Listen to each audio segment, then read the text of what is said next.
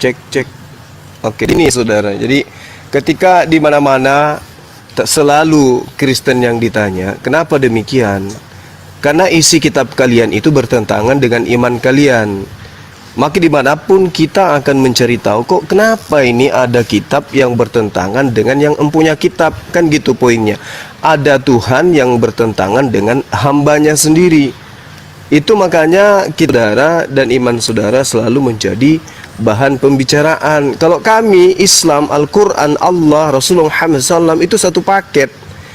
Kalau kalian dengan kitab kalian itu berpertentangan, kalian dengan yang kalian sembah bertentangan. Seperti itu. Bahkan agama kalian kalian akui bukan agama.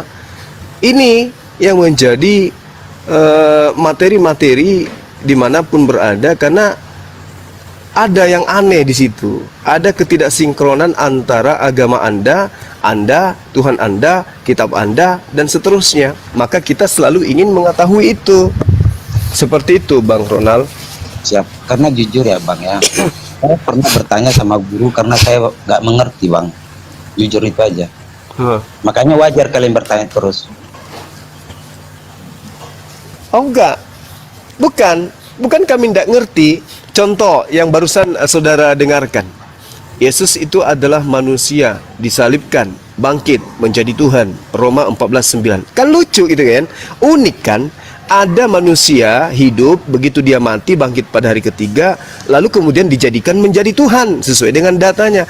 Manusia berakal mana yang tidak merasa ini adalah suatu keanehan? Coba Anda baca Roma 14:9. Izin Bang, bisa tanggap ya? Aneh itu. Boleh. Artinya tadi sesuai dengan abang yang katakan bahwa manusia bangkit menjadi Tuhan, kan gitu? Iya. Ya. Coba baca di dalam Yohanes 1 ayat 1. Di situ tertulis begini.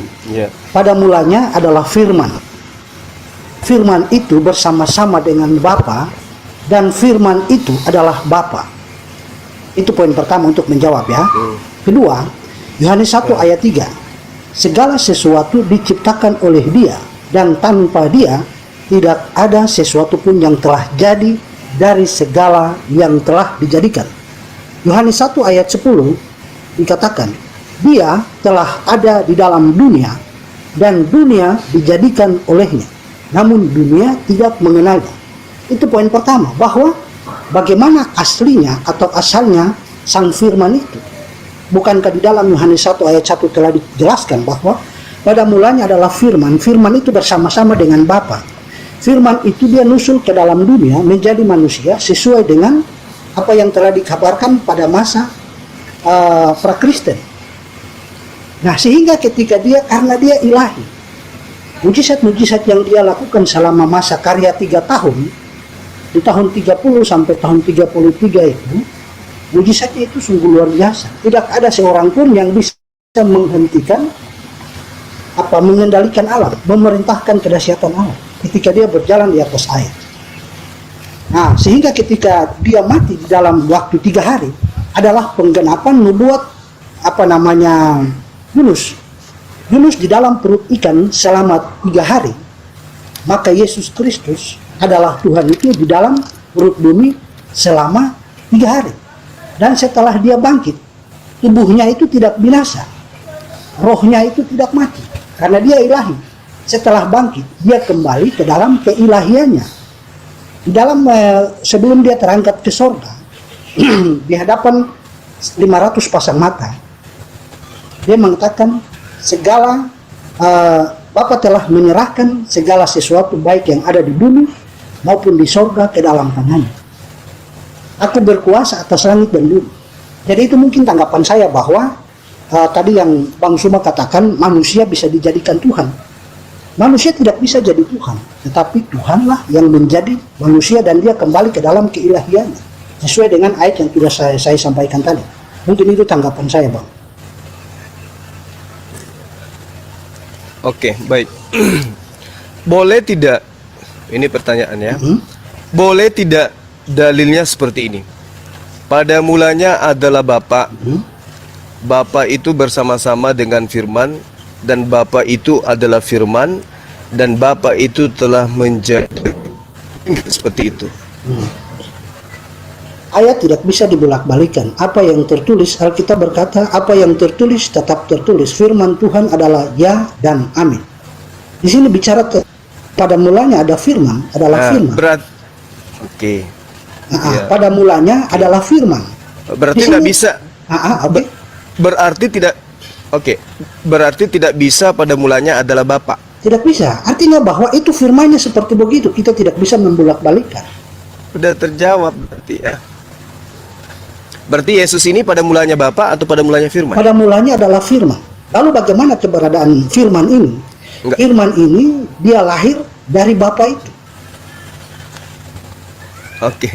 Jadi nggak boleh pada mulanya adalah Tidak. Bapa. Nggak Itu boleh. firmannya sudah begitu, sudah paten, tidak bisa firman Allah balik. Karena kan itu Berarti bilang sudah, loh, Pak. berarti sudah terjawab. Bang Juma, pada mulanya adalah firman. Iya, gimana? Kan itu kan menceritakan Yesus yang jadi manusia. Gitu loh. Makanya kalau kita membaca sesuatu hal itu, jangan cuma satu kata-kata doang. Akhirnya nanti Enggak. gitu. Kita bernarasi ringan aja dulu. Ya. Yesus itu kan, saya mengambil Roma 14 nomor 9 bahwa untuk itulah Yesus telah mati dan hidup kembali agar dia menjadi Tuhan. Ya. Anda lari kemana? Yohanes 1 nomor 1. Apa sinkronnya di situ? Anda ingin mengatakan bahwa Yesus itu adalah Tuhan pada mulanya. Nah, kalau dia adalah Tuhan pada mulanya, boleh dong. Pada mulanya adalah Bapa, Bapa itu bersama-sama dengan firman, dan Bapa itu telah menjadi daging. Nggak boleh ya? Kalau nggak boleh, Kalau sama berarti kami- Yesus ini, berarti Yesus ini bukan Bapa. iya, kalau sama kami nggak boleh, Bang. Mungkin kalau sama Bang Juma boleh. Ya. Begini saya bisa memberikan penjelasannya. Artinya Tunggu. Kita ini manifestasi yang ingin kita raih di sini adalah, benarkah Yesus itu adalah Bapa? Kan gitu poinnya. ya, oke saya jawab ya. Bisa Dan ya? Bapa telah menjadi daging. Kalau tidak bisa, berarti yang menjadi daging ini bukan Tuhan. Gimana menurut saudara? Tadi sebagaimana saya jelaskan Yohanes 1 ayat 1, pada mulanya. Di sini bicara tentang pada mulanya. Ya kan, berarti bicara tentang awal, permulaan yang pertama. Bukankah di dalam Al-Qur'an juga mengatakan di dalam Qis Al-Hadid ayat 3 tertulis dia adalah yang awal dan yang akhir. Pertanyaannya, siapakah dia yang di dalam Al-Hadid ayat 3 ini? Nah, di dalam Yohanes 1 ayat 1 dia menjelaskan pada mulanya. Sedangkan Bapa dia tidak ada permulaan. Bapa itu adalah kekal di dalam kekekalan. Bapa tidak ada awal dan tidak ada akhirnya, itu Bapa. Sedangkan firman dia berawal. Dia berawal dari Bapa. Dia lahir dan dia menjadi yang awal dari segala sesuatu. Nah, Iya, Yesus baik. berkata bahwa akulah adalah Alfa dan Omega. Nah, demikian juga tadi saya sinkronkan dengan Qis Al-Hadid ayat 3. Dia adalah yang awal dan dia adalah yang akhir. Demikian juga di dalam At-Taha 14, Iya. aku adalah Allah, aku adalah Allah, Tuhan yang hak. Pertanyaannya, siapakah dia dan aku yang tertulis di dalam Al-Quran dikaitkan dengan Yohanes 1 ayat 1. Kemudian, Baik. Oke, mungkin saya sebentar. Oke, baik. Saudara, apakah sama ketika saya mengatakan yang awal dengan yang maha awal? Sama enggak? Bukan maha awal. Kan tadi saya katakan, Bapak itu dia di dalam Terus kenapa, saudara? Terus kenapa saudara mengambil Al-Hadid? Yang di Al-Hadid itu yang maha awal. Yesus kan awal. Iya, awal. Sedangkan yang di Al-Hadid itu yang maha awal. Maha itu menggambarkan. Apakah Yesus yang maha awal? Oke. Nah, apakah Yesus itu yang maha awal? Nah, ya, saya tadi memberikan penjelasan bahwa Bapak itu Enggak, saya tanya dulu. Saya tanya dulu, Bung. Apakah Yesus itu adalah yang maha awal atau dia yang awal? Dia yang maha awal. Kalau bicara tentang maha, bicara tentang Tuhan, bukan manusia. Baik. Kalau dia yang maha awal, kenapa dia punya awal? Ya, karena dia awal berarti dia lahir. Dia lahir dari Bapa. Ya itu dia. Nah itu kan dia lahir dari Bapa. Kalau yang maha awal itu nggak ada asal mulanya, bos. Aduh. Mulai berantakan logikanya mulai. Dengar nih, saya memberikan penjelasan dulu. Oke. Di dalam Kalimat NRK dalam Yohanes 1 ayat 1 itu artinya adalah prinsip fundamental penopang segala sesuatu. Terus? Nah, Ya. saya memberi penjelasannya. Berarti Artinya bukan bahwa- permulaan dalam sudut pandang ruang waktu. Ya, oke, di luar daripada dimensi bukan sejarah. itu. Begini, kan dikatakan Yesus itu pada mulanya adalah firman. Berarti Yesus ini punya awal kan? Ya. Benar nggak? Nah, berarti dia bukan yang di Al-Hadid. Karena yang di Al-Hadid itu adalah yang maha awal. Arti daripada yang maha awal itu tidak ada yang lebih dulu daripada dia. Yohanes 1 ayat 1 Tidak ada. tidak bicara tentang Yesus. Tidak ada awalnya. Yohanes 1 ayat 1 itu tidak bicara tentang Yesus, itu bicara tentang Nah. Logos. Nah, ini setuju saya ini. Oke, setuju Nah, saya. dengar dulu, saya Saya memberikan setuju. penjelasan dulu. Nah. Kan begitu. Kan kita harus Betul, Anda pintar. Bukan. Kalau gitu. Oke, dengar dulu ya, saya memberi penjelasan begini. Di dalam Yohanes ayat Jadi 1. logos di situ bukan Yesus. Di dalam Yohanes 1 ayat 1 itu dia bicara tentang pada mulanya. Ketika pada mulanya Ya. adalah firman, dia bicara tentang masa sebelum sejarah itu ada. Berarti di Sedikit-sedikit sini bentar. bicara maha, Yang berarti mengatakan bicara di tentang Yohanes Tuhan. 1 ayat 1 bukan Yesus ini Islam apa Kristen nih tadi? Kristen. Bang? Apa saya? Saya bentar, Daniel bentar. Pak Sugi udah lupa. Oh, Daniel. Daniel ini Kristen kan? Iya. Oh iya, dulu- kawan di Iya. Zoom dulu. Nah, ini sementara di Bang Daniel mengatakan Yohanes 1 ayat 1 itu bukan Yesus loh. Sementara menurut Bang Alek itu Yesus. Gimana nih yang benar nih? Saya bisa beri penjelasan. Ya, silakan. Ya, pada mulanya adalah firman. Firman itu bersama-sama dengan Bapa, dan firman itu adalah Bapa. Ingat konteksnya, firman itu adalah Bapa. Ya kan? Nah, kembali kepada ayat Yohanes 1 ayat 10, dia yang menjadikan segala sesuatu telah ada di dalam dunia, dan dunia dijadikan olehnya, namun dunia tidak mengenalnya. Nah, di dalam satu ayat di dalam Alkitab, Yesus mengatakan, aku dan Bapa adalah satu. Ingat, aku dan Satu Bapa apa? adalah satu. Satu apa? Satu dalam hal keilahian Allah. Weh, dibaca Oh, ayat nggak selanjutnya bisa, dong. nggak bisa, Pak. Jangan main comot, baca ayat selanjutnya. Nah, Nggak bisa. Baca Pak. ayat selanjutnya. Nggak bisa. Satu Pak. apa di situ? kesatuan ilahi. Aduh, nggak ada ayatnya Nggak seperti ada, itu. Pak. Coba dibaca ayat selanjutnya. Jangan takut. Yesus Jangan itu takut. nggak ada punya sisi keilahian Yesus itu sama sekali nggak ada. 0%. 0%. Artinya yang saya bicarakan ini konteksnya pertama Yohanes 1 ayat 1 berarti bicara tentang konteks keilahian. Ya kan? Nah, Yohanes 1 ayat Iya. 10 Ada berapa ilahi di sana, Pak? Di Yohanes 1 nomor 1 ada berapa ilahi di sana? aku firman dan Bapa adalah satu. Kan Enggak, paham saya tanya dulu. Ada berapa ilahi di dalam Yohanes 1 nomor 1? Pada mulanya adalah firman, firman itu bersama-sama dengan Bapa dan firman Iya. itu adalah Bapa. Itu konteks penutupnya. Ada di situ. berapa ilahi di sana? Bapa, Ada berapa ilahi Bapa di dan sana? anak adalah satu. Paham kan? Dia punya Iya, konteks ada berapa? penutup di situ. Enggak, di Yohanes 1, Pak. Yohanes 1 ada berapa ilahi di sana? Loh, tadi saya bilang firman, kemudian Bapa. Lalu kata penutupnya di Iya, ada dalam berapa ayat ilahi? pertama itu firman dan Bapa adalah satu. Kan tidak bisa dipisahkan. Iya. Berarti ada satu ilahi Ya kan di sana? satu, Bapa dan firman itu adalah satu. Oke. Baik. Kalau dia satu ilahi di sana, kenapa tidak boleh dikatakan dan Bapa telah menjadi daging? Yang turun ke dalam dunia adalah firman. Nah, yang turun ke dalam dunia adalah firman. Firman itu sama dengan Firman itu di dalam status keilahian, aku Bapa adalah satu. Ayo Sugi, silakan Ayo Sugi. Mulet. Itu kan bicara tentang ayat, kan bukan sebuah narasi yang di asumsi begitu kan tidak. Gini loh, gini. Ah, ribet amat. Jadi gini.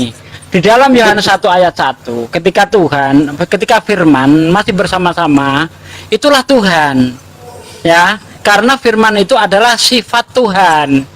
Makanya firman itu adalah Allah karena dia masih menyatu. Tetapi ketika firman itu sudah keluar dari Tuhan, maka dia statusnya makhluk.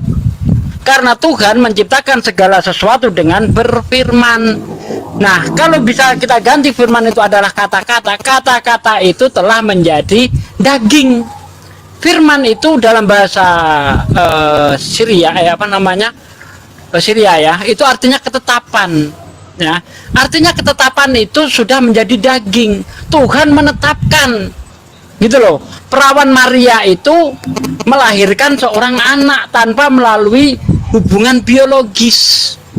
Tapi kalau mau dipaksakan juga bahwa firman itu sendiri yang jadi manusia, maka pertanyaannya, kalau firman itu sudah jadi manusia, mengapa Yesus masih menerima firman? Kalau Yesus masih menerima firman, itu artinya Tuhan menciptakan segala sesuatu dengan cara berfirman. Berfirmanlah Allah, jadilah terang, maka terang itu jadi. Artinya firman terang itu berasal dari firman. Begitu bos, nggak usah muter-muter, bingung nanti kamu. Jadi apalagi Allah itu kan nama itu kan bukan sesembahan namanya itu. Kenapa? Allah itu kan status keilahian. Bukan status, Allah itu nama. Ya kan Bang Juma? Allah nama.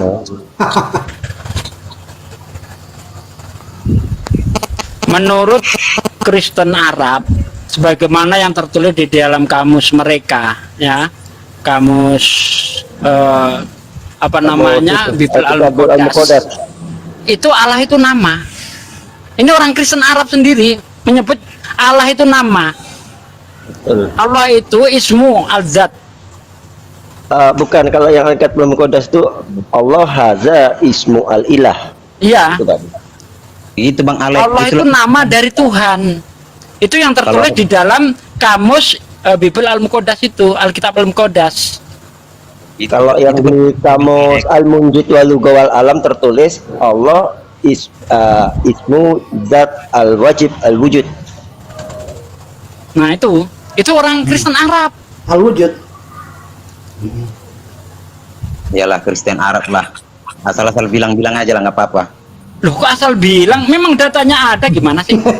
Parah ini orang ini. Artinya Anda kalau mau bantah, kita kan ini bicara teks ya.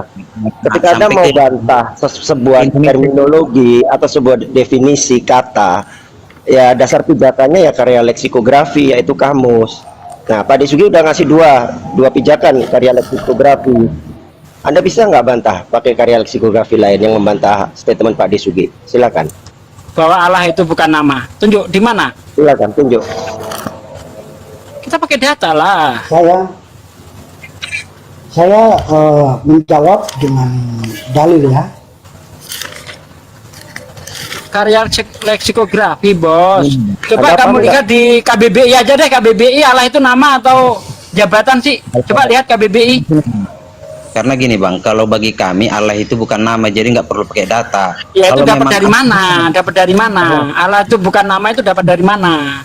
Harus cari asal-usulnya. Dengkul Pak De, dari asal dengkul. Kalau menurut pandangan Kristen, Allah itu bukan nama. Ya itu dapat dari mana? Pandangan Kristen itu dapat dari mana? Loh, kan Allah itu bernama. Allah itu bernama. Allah kok Itu dasar bernama? pijakannya apa? Dasar pijakannya apa? Ya begini, ya dasar pikiran saya begini. Dasar pijakannya secara akademis apa? Logika dulu, saya menggunakan logika dulu. Logika Anda sesuai nggak dengan akademis? Dengan metode ilmiah, logika Anda sesuai nggak? Jangan paksakan dulu persoalan ilmiah, kita gunakan Ya logika harus dulu. lah, orang kita Ini bicara bahasa kita kok. diskusi di Mau depan melepaskan publik itu ya dari ilmiah lah. Masa kayak di warung kopi ada aja Saya ini.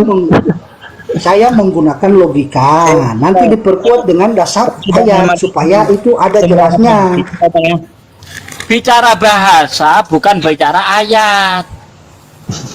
Gitu loh. Dalam hal ini Aduh. kan persoalan Allah, Jadi manusia. dengerin. Allah, dengar dulu. Allah dan manusia. Alek, nih aneh kasih tahu ya, Alek ya. Biar kamu pinter dikit, nanti sekolah biar nambah pinter lagi. Jadi kalau kita bicara tentang terminologi atau etimologi kata, itu dasar pijakannya adalah karya leksikografi, bukan doktrin, bukan asumsi dengkul. Paham sampai sini. Makanya tadi Pak Desuki menunjukkan dua dasar pijakan karya leksikografi. Kamus Al-Munjid wal Alam, Al-Lugha wal Alam dengan Kamus Al-Kitabul Al-Muqaddas. Maka ditambahi lagi sama Pak Desuki, KBBI. Nah, maka kau kalau mau bantah statement Pak Desuki juga harus dengan dasar pijakan karya leksikografi. Bukan dengan doktrin, bukan dengan asumsi. Silakan. Kan tadi saya bilang, ini kan bicara tentang cara pandang. Nah, kalau bicara tentang Allah, menurut KBBI itu memang adalah nama, bicara tentang nama. Kan gitu. Nah, persoalannya tentang cara pandang Kristen, tentang Allah itu bukan tentang nama. Ini kan harus dipahami di sini konteksnya. Nah, iya, bicaranya apa? Loh, kan tadi saya bilang cara pandangnya. Jelas. Loh, kan tadi kan sudah dijelaskan Allah itu bicara tentang nama menurut KBBI. Alex, gitu. bentar dikit. Coba dipasang telinganya, dipakai otaknya. Ketika Anda bicara tentang etimologi atau definisi sebuah kata, itu artinya Anda bicara tentang nama. Entah itu common name atau generic name ataupun proper name. Bukan tentang doktrin. Dan apa pijakannya? Pijakannya adalah karya leksikografi, bukan doktrin, bukan asumsi. Karena kita di sini sedang tidak debat di warung kopi. Paham sampai sini? Lanjut tadi. Saya tadi menjelaskan begini. Kalau menurut cara pandang atau definisi dari KBBI, Allah adalah nama. Namun apa artinya Allah itu? Allah adalah Al-Ilah. Al-Ilah ini merupakan yang disembah tentang keilahiannya. Al-Ilah, Allah berasal dari kata Al-Ilah, Al-Ilahi, yang ilahi. Dari mana? Nih. Nah sekarang Allah, kan di sini Allah dengar ini, jangan dikasih tahu dulu. Allah itu adalah sebentar dulu. Kan di sini terus gimana ceritanya Allah dari Al-Ilah? Pernah belajar nggak? Jangan memaksakan cara pandang Anda untuk diterapkan pada saya, karena kita kan begitu kan cara pandang Muslim otomatis. Ini ilmu yang kita pakai, bukan asumsi, bukan cara pandang kita. Ini ilmu. Dalam kaidah bahasa Arab seperti itu, Allah itu tidak terdiri dari suku kata. Misalnya jalan bukan terdiri dari kata ja dan lan. Tidak seperti itu. Apa arah ini? Kan gini. Bukan seperti itu dalam bahasa Arab. Oke, saya paham. Cuman begini, cara pandang Anda menurut konteks pemahaman Al-Quran atau pemahaman Islam. Nah, ini menurut bahasa itu ilmu, guys. Ilmu linguistik. Ini ilmu linguistik ya. Makanya kalau sekolah jangan di tempat tambal ban. So ilmu mau dibantah asumsi gimana sih? Nggak bisa lah. Ilmu apanya? Allah itu ilmu apanya? Kok cuma kata Allah itu ilmu? Loh, untuk memahami itu ada ilmunya, seperti yang diterangkan Bang Ben tadi itu. Bukan asal gacor.